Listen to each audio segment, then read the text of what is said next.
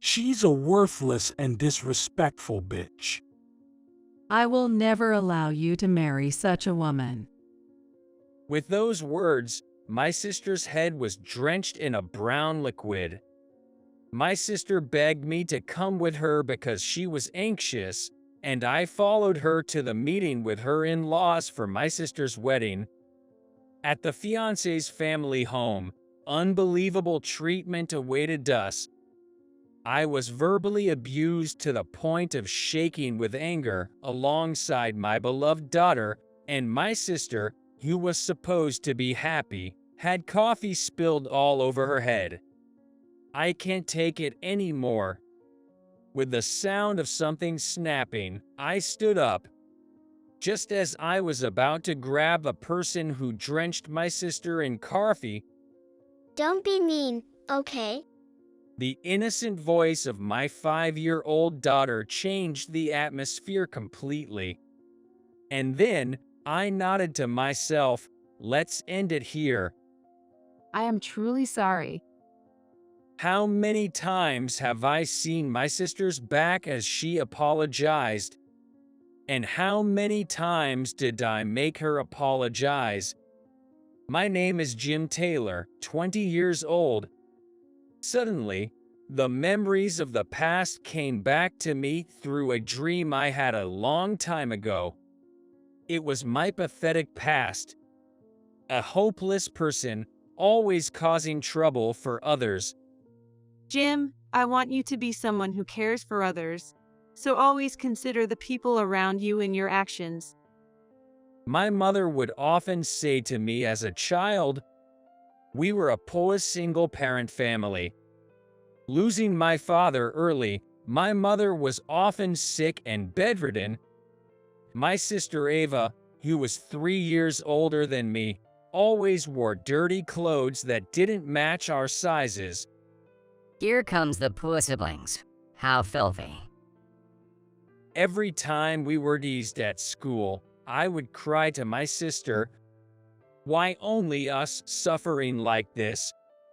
I wanted to retaliate, filled with frustration. She told me in the same way as my mother, Jim, even if you're hurt, you can't hurt others.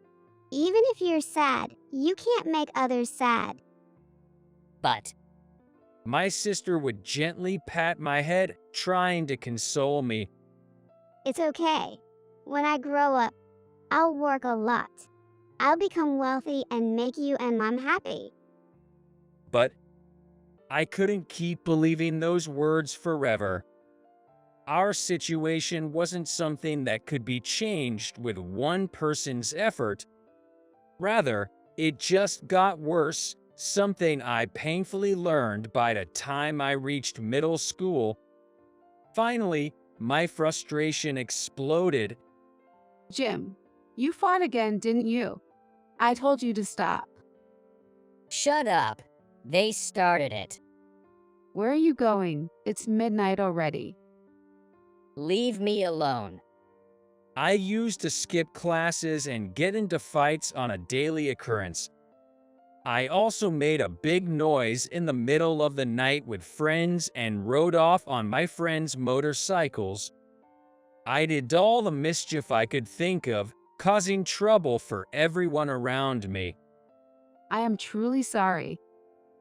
Cleaning up my mess was always my sister's role.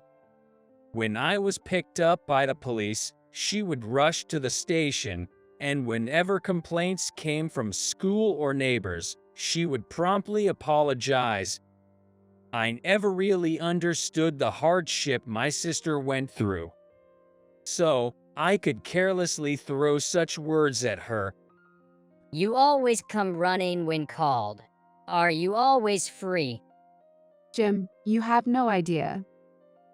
If you're free, you should get a job.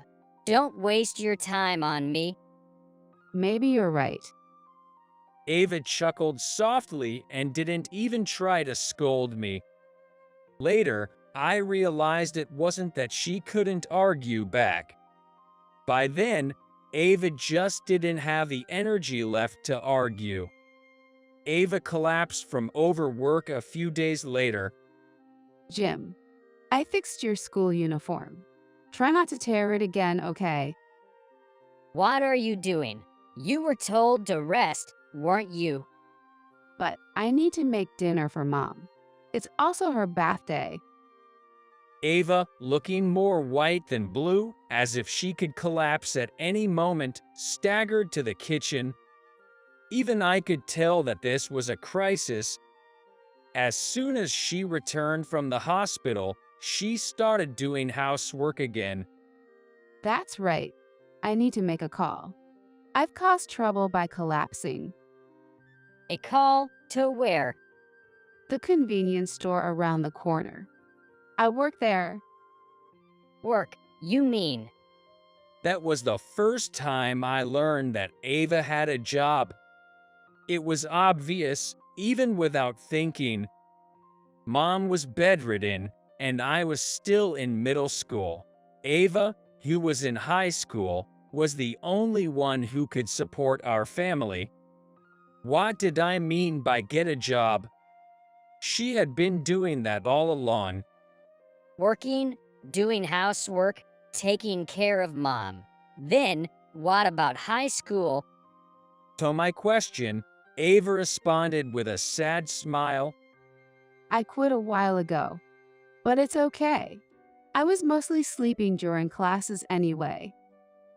Are you sure? At that moment, I felt as if I had been punched in the head. The daily fatigue and, without a doubt, it was my fault. Ava came to pick me up from the police station and school, even if it was in the middle of the night. I was the one stealing the rest time from my exhausted sister. The foolish me doing whatever I wanted without knowing anything. I'll do it. Give it to me. I had taken the frying pan from her. Then, I pushed my wide-eyed sister into her bedroom. Wait, Jim. You don't know how to cook.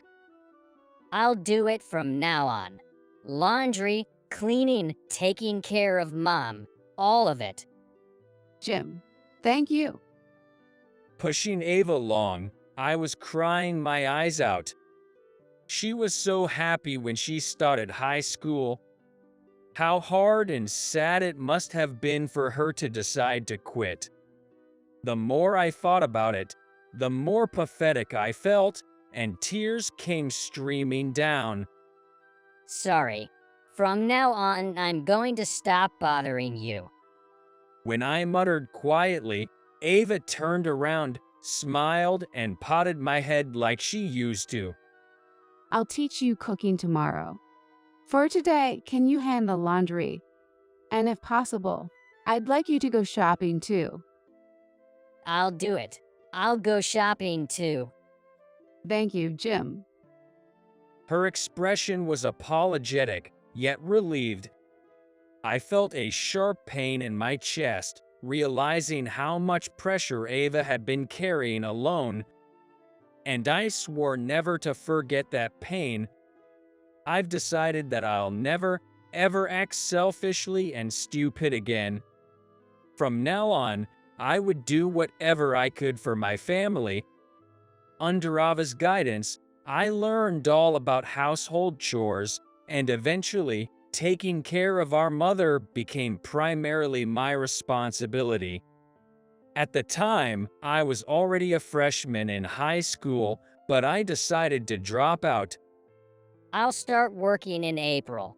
If I work, it leaves the financial burden a bit. But are you sure about that? I've already decided. Despite my sister's objections, I started working part-time immediately after dropping out of high school. First at a construction site, then at a factory, and cleaning at a hotel. And for the past 2 years, I've been working in the kitchen at a chain restaurant. The cooking skills Ava taught me paid off, and I gained a reputation for being efficient. However, once you've strayed from the path, it's not easy to regain trust. At 20, I was reminded of this fact. Excuse me, Whoa, what do you want? I had merely approached to discuss my shift. The female manager exaggeratedly jumped back, immediately putting distance between us. I'm still not used to him. It's startling. I get it. He's kind of scary. He was quite the troublemaker, right? Is it really okay to employ him? While whispering with the other staff, the manager glared at me cautiously. At all my previous jobs, rumors about me always somehow surfaced. Because of them, I've had trouble with relationships at work and have even been fired. So I'm not hurt by such attitudes anymore. I'm the cause after all. I don't even have the right to be hurt. The past can't be changed, so all I can do is act in a way that earns trust going forward. Manager, I can take on more shifts next week. Hope that would help. We're short-staffed. Even as she spoke, I could tell what the manager was really thinking. Working so much, what does he spend his money on? Must be something sketchy, no doubt. I don't really want to give him more shifts. What if he brings bad company or suddenly stops coming? Ignoring such farts, I continued my work silently. Then, one day, a very eccentric newcomer came along that made everyone lose interest in me. Well, so he's the ex-bad boy I've heard about, seeing one for the first time. What? The manager, who had been spreading rumors about me, was taken aback by the cheerful exclamation What's going on? that came from the new part-timer, a college student named Olivia. With her overly polite and airy way of speaking, she seemed out of place in a mere chain restaurant, like something out of a storybook, with an innocent and airy appearance. And she made frequent outrageous statements. Though she had only recently joined, she was already the center of attention. So, I was being nice and warned her, stay away from Jim, he's trouble. Then Olivia said she was interested in bad boy. Olivia's really an odd one. She's so naive. While the manager whispered rumors, Olivia herself seemed oblivious, diligently taking notes on how to clean. I think she's a good person, but why me? You should ask someone else. No, that's not true. Your skills are amazing, Jim. Skills, but I just follow the manual. Such efficient movements. Watching you, I can't help but admire. Oh.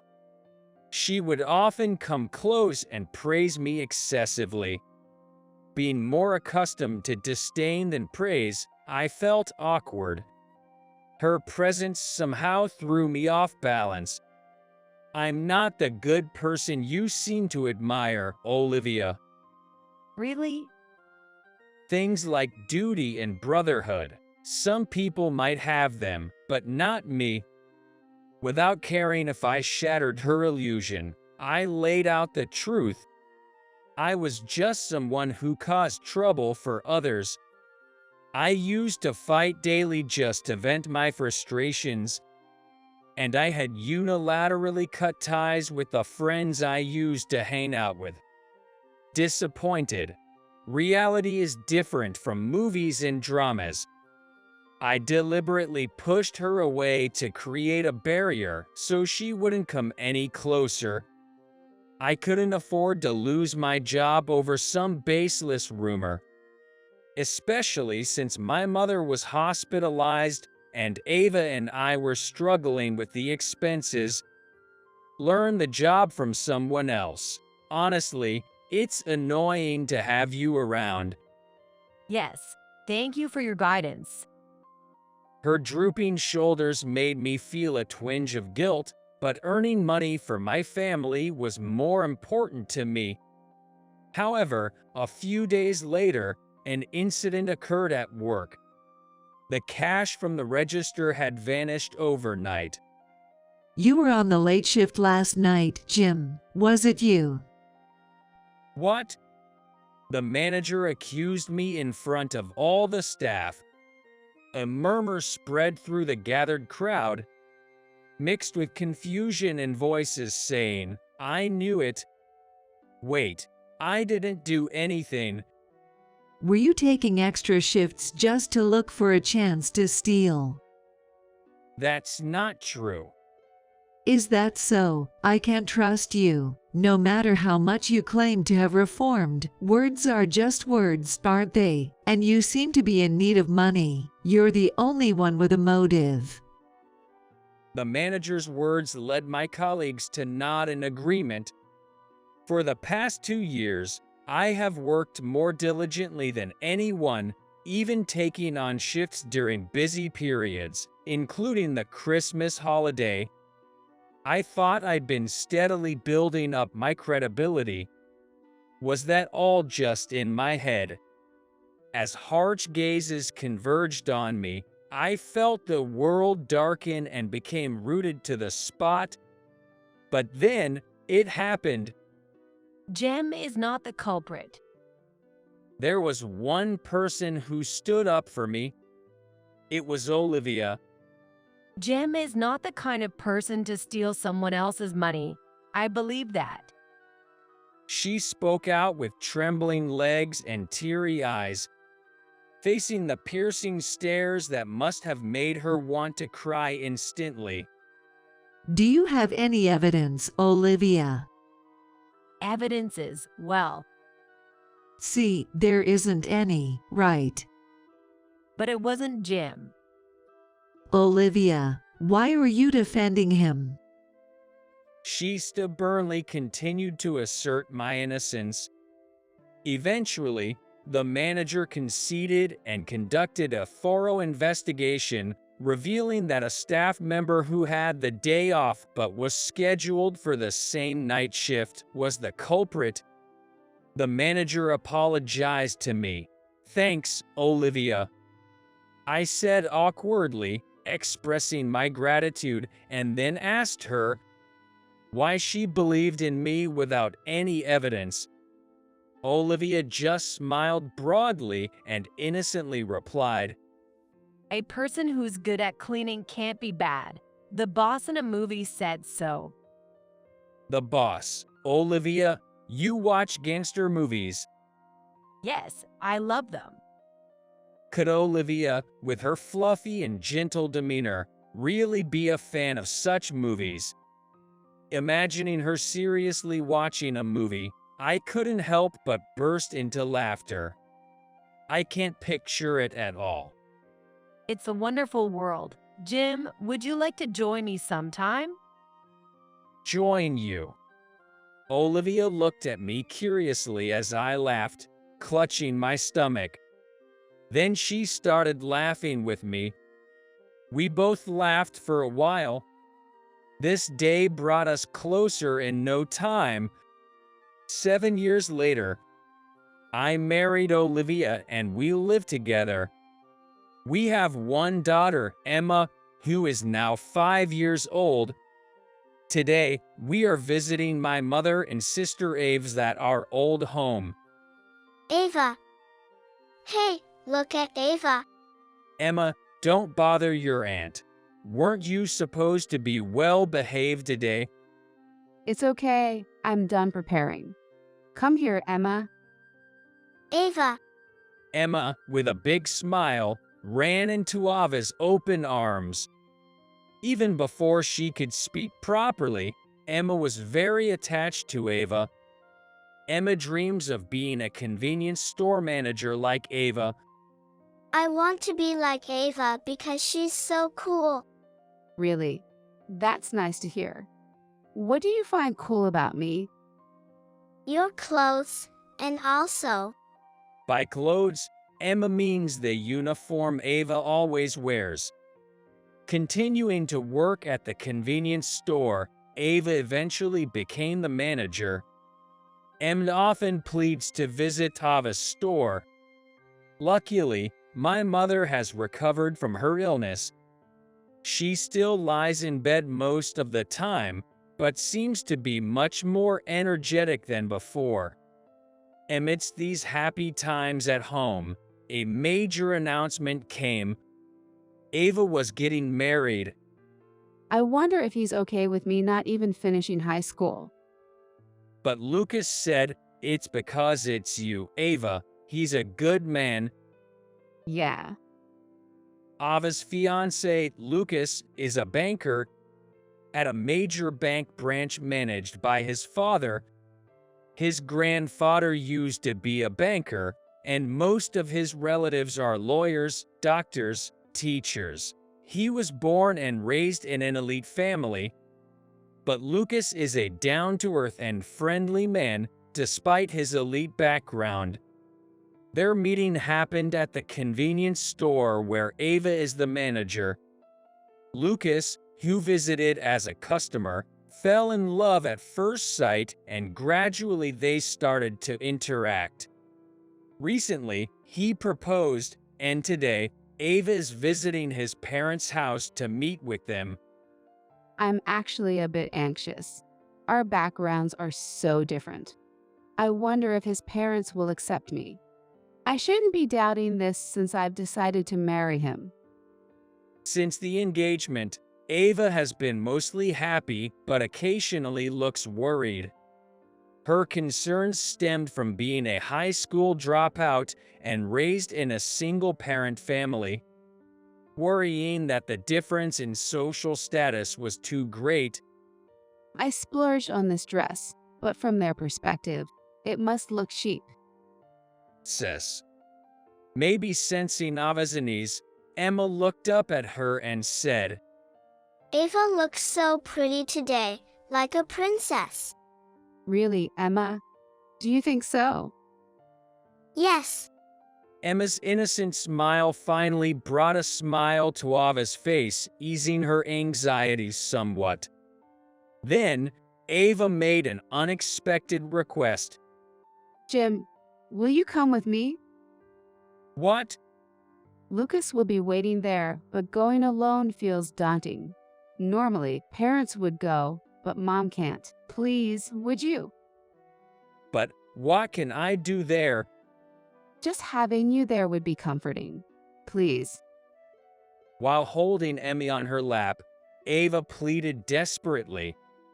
She has been forced to be the mainstay of this family since she was a teenager, carrying everything on her own.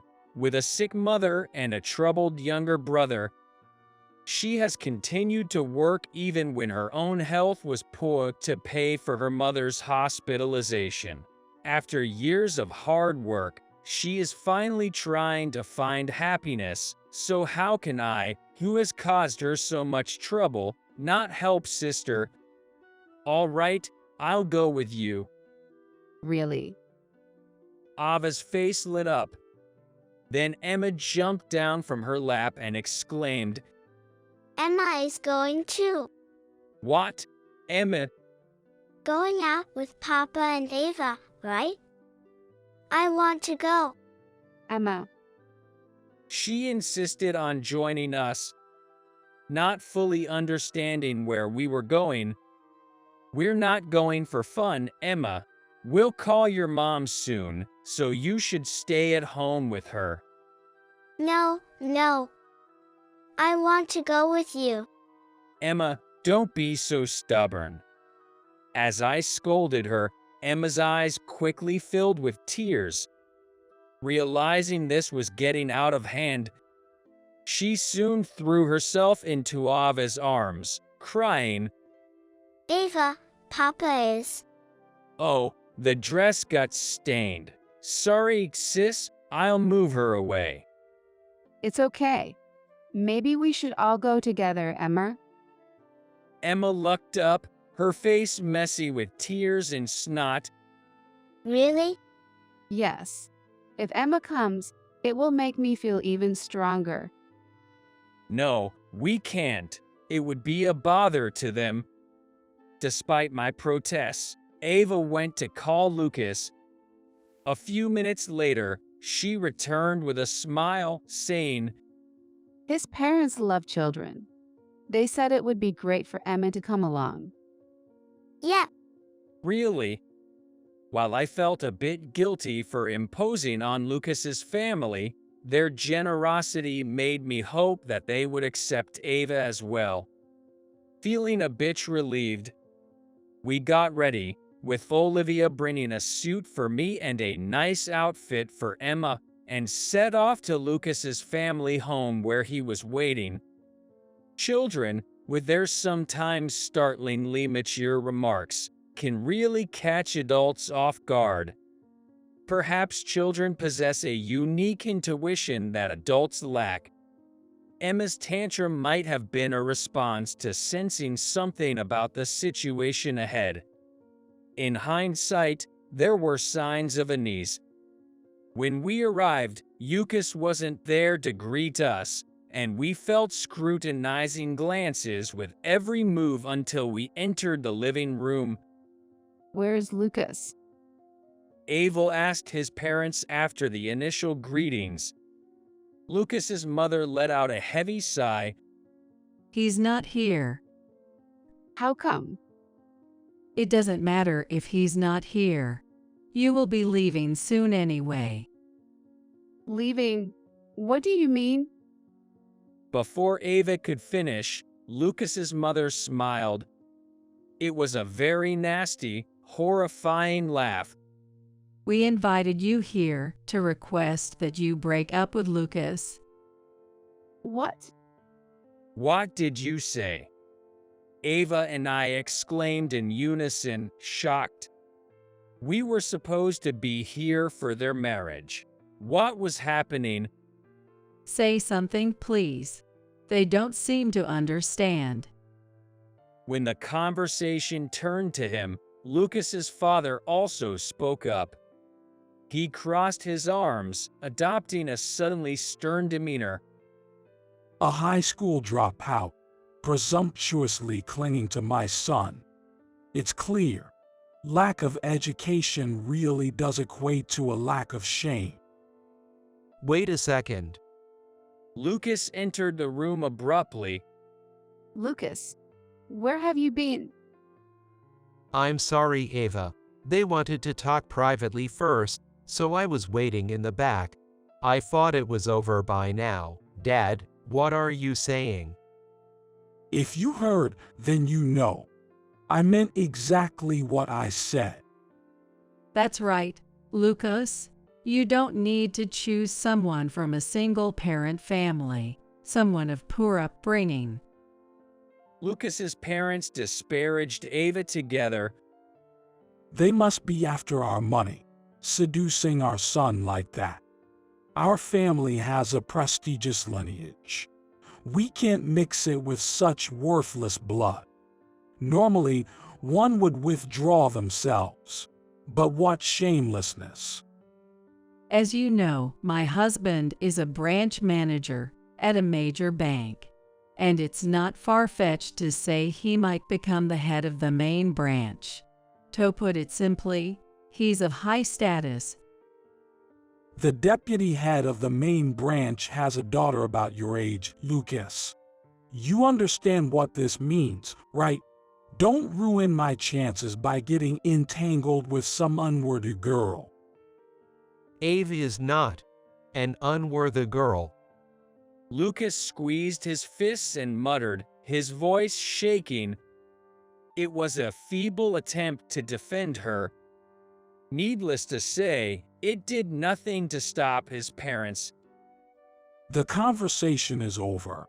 Lucas, why don't you send them home now? Look at that dress, so flimsy and cheap-looking.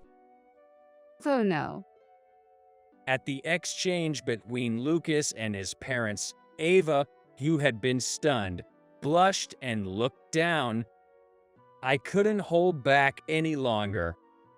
Stop insulting my sister. I'm sorry, Jim. I don't want your apology, Lucas. Weren't your parents supportive of this marriage? I thought so, but Lucas hesitated, looking down. As my frustration grew at his indecisiveness, a cruel remark hit me. This is what happens with the uneducated, recklessly having children. Such a pity. What did you just say? Pity. I hear you're a high school dropout too. With such parents, what future can that child possibly have? Normally people would show restraint, but here you are, bringing her along thoughtlessly. When parents lack common sense, it's the child who suffers. She really looks like she's from a bad upbringing.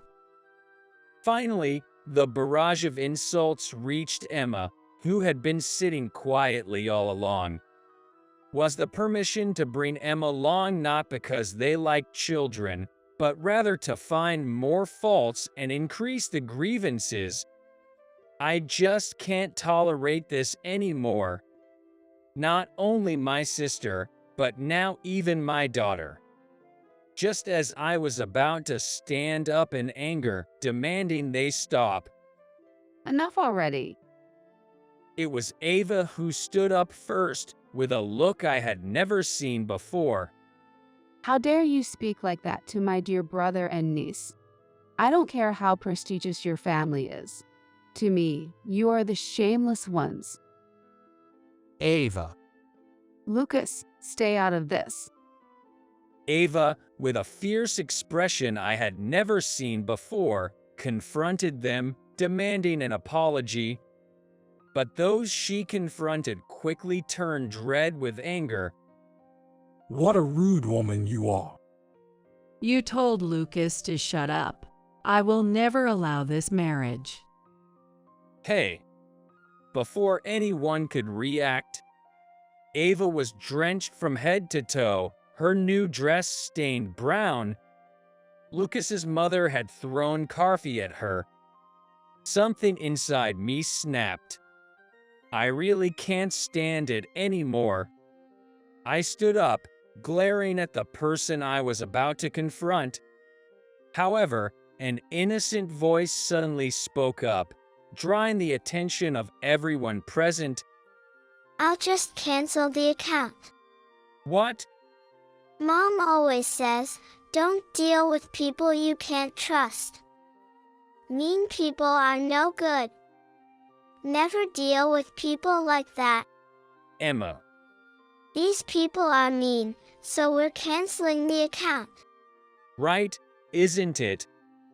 Emma looked up at me with shining eyes, probably repeating something she heard from her mother without fully understanding. I smiled and nodded affirmatively at her. Yes, Emma, let's cancel that account. Yeah.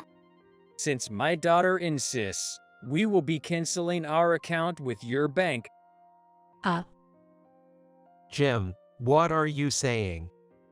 Lucas's parents looked confused, while Lucas began to panic, perhaps understanding the implication.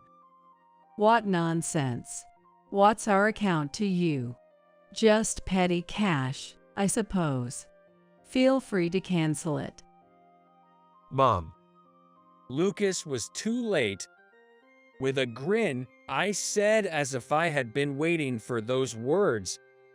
So we'll be withdrawing our deposit of $100 million. What? Is it 100 million? Seeing their astonished faces, I couldn't help but give a wry smile, remembering a time when I probably had a similar reaction.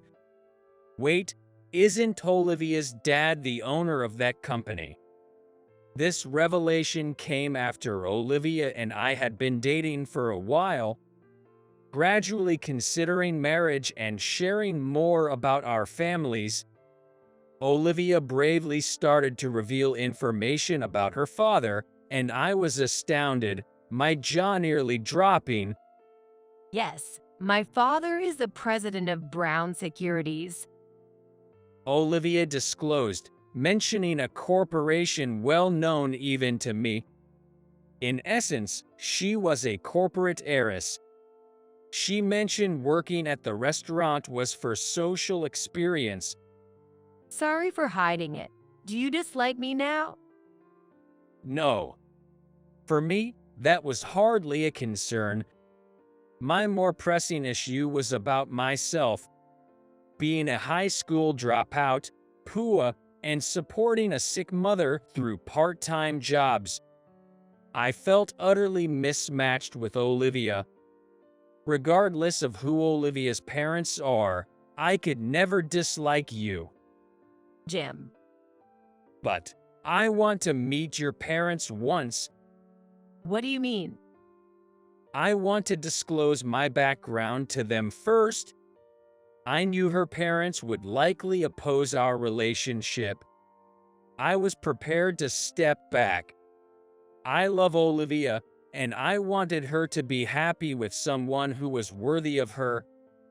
Later, when I visited Olivia's home, I was greeted by a dry pop sound. What's happened? Oh, Dad went overboard with the crackers. You're startled, Jim. Oh, sorry. I believe in expressing feelings tangibly. If it's about tangible expression, I've prepared a feast, right? Sorry, Jim. Greeted by a couple who laughed warmly, and Olivia looking embarrassed behind them, I stood frozen, having braced myself for harsh words. Welcome, Jim, to our home. I'm happy to meet you. Please make yourself comfortable. Come in, Jim. I was welcomed with smiles from all three and a feast that barely fit on the table. Olivia's parents, my future in-laws, were genuinely welcoming me. You know, I'm very grateful to you, Jim. After the meal, Olivia's father said this with a gentle smile. Grateful, you say? Yes, I've heard a lot about you from Olivia, including about your background. Yes. As Olivia's father's expression turned serious, I straightened up. I wonder if they are against our relationship after all. Just then, he shed a tear. Oh no. Well, sorry. Just overwhelmed to finally meet you. I've always wanted to. Why me, and why gratitude? It's not someone like me. You are a benefactor to our family. Why? He recounted the troubled past of the Brown family. Olivia's father, constantly engaged in strategic business dealings, faced many deceitful and manipulative people. Struggling against such individuals, he often took out his stress on Olivia and her mother at home. Feeling remorseful afterwards, I felt I was the worst husband and father. Once, I even told my wife to leave with Olivia. This behavior changed Olivia. Though outwardly cheerful, she became inherently distrustful of people. Such a thing is. I couldn't believe it. Because Olivia was the only one who had believed in my innocence.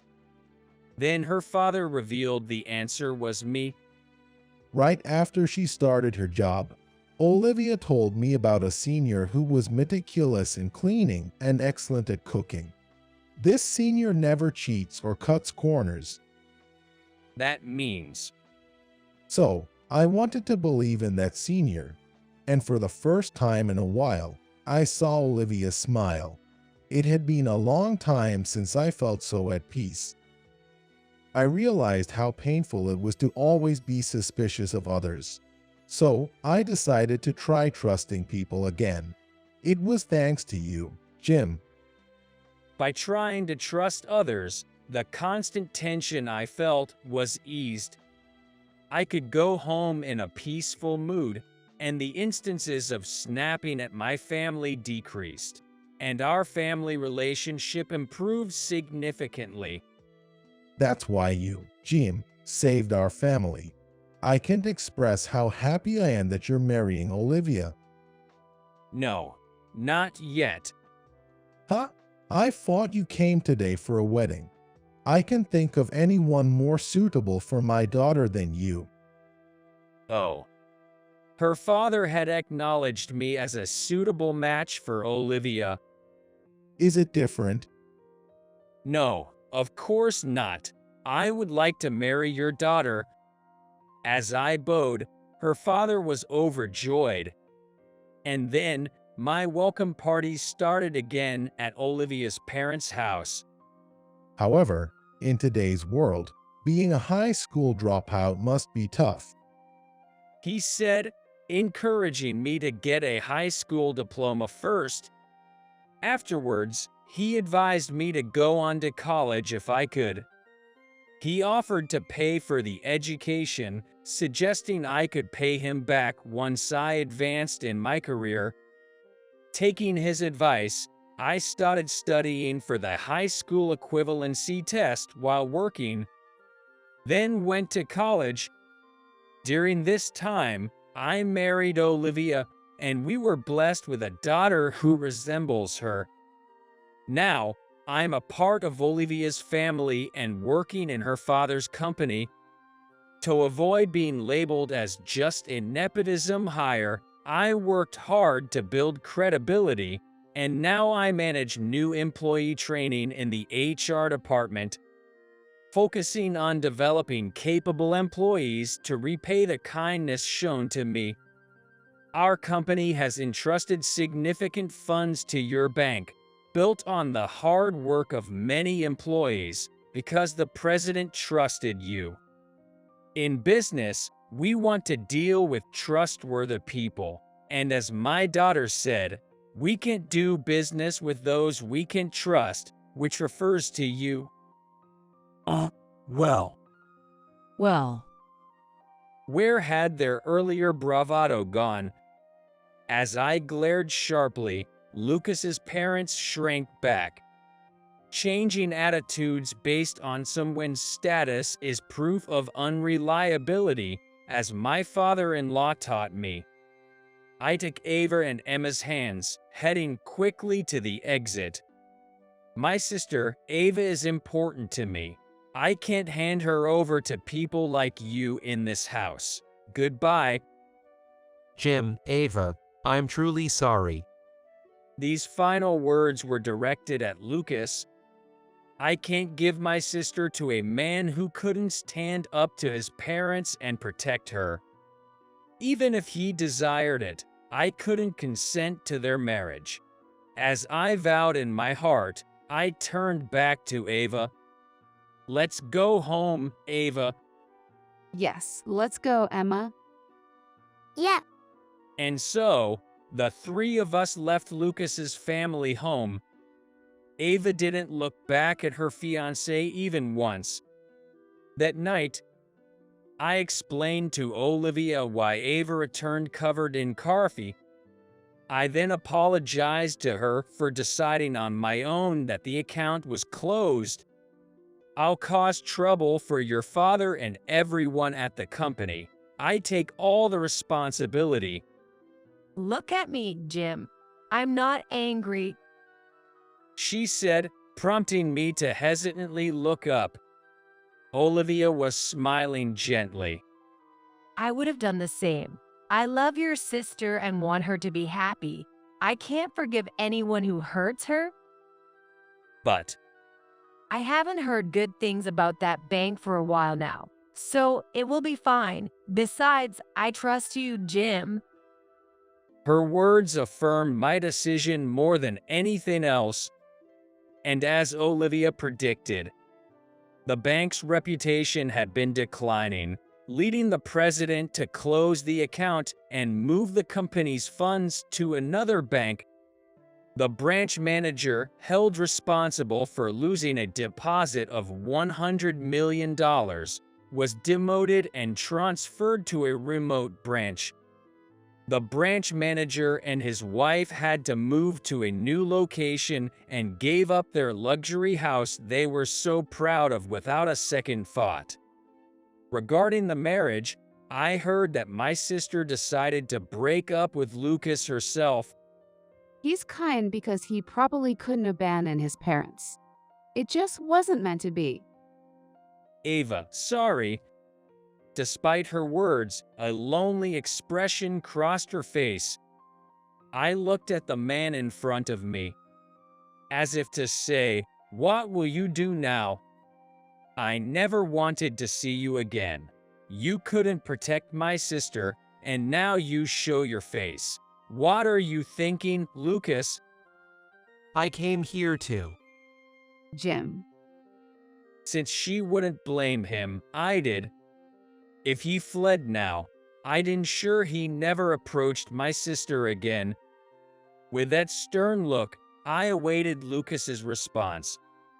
He looked down briefly, then lifted his head, his eyes filled with determination. I will sever ties with my parents. Lucas. What really matters to me is you, Ava. He recalled the moment he fell in love with her. He was attracted to Ava's work efficiency and constantly smiling, even when she was busy. It's a worthless job. He was struck by how radiant Ava looked while she was working, realizing that he and his parents had been wrong, feeling as though he'd been hit in the head. Kneeling down, he took Ava's hand and spoke. If I hadn't met you, I'd still be under my parents' control. Talking back to them was a first. I'll cut ties with them and leave the bank. I want to start over with my own strength. Can we start as lovers again, and someday, let me propose again? Lucas. Are you sure? Tears fell as Ava's face crumpled with emotion. Then she silently nodded. Lucas stood up and deeply bowed to me. I'll cherish her this time. Even if you can't trust me now, I'll work hard to earn it. But to say I trust you is not something to be taken lightly. Trusting someone is a heavy decision. All I could say was, I trust my sis, the sister who decided to trust you. Jim. Thank you, Jim. As my sister and Lucas exchanged smiles, I could see the look of happiness on my sister's face, and I was convinced. My judgment was correct. Eventually, they resumed their relationship smoothly. And just the other day, I was approached by my sister for advice. She asked if Emma could be the flower girl at her wedding. What would have become of me if my wife hadn't believed in my innocence when I was accused of stealing the cash register money? I would probably have become unable to trust anyone and returned to a troubled life. Trusting someone isn't easy, but that's what gives it such strength. Sometimes, it has the power to change one's own or someone else's life. I hope my beloved daughter can navigate this wisely. I won't say to trust everyone or to be suspicious of everyone first. When you decide to trust someone, I want you to trust them fully, and to love and be loved by those you truly believe in. That's all I wish for as her father,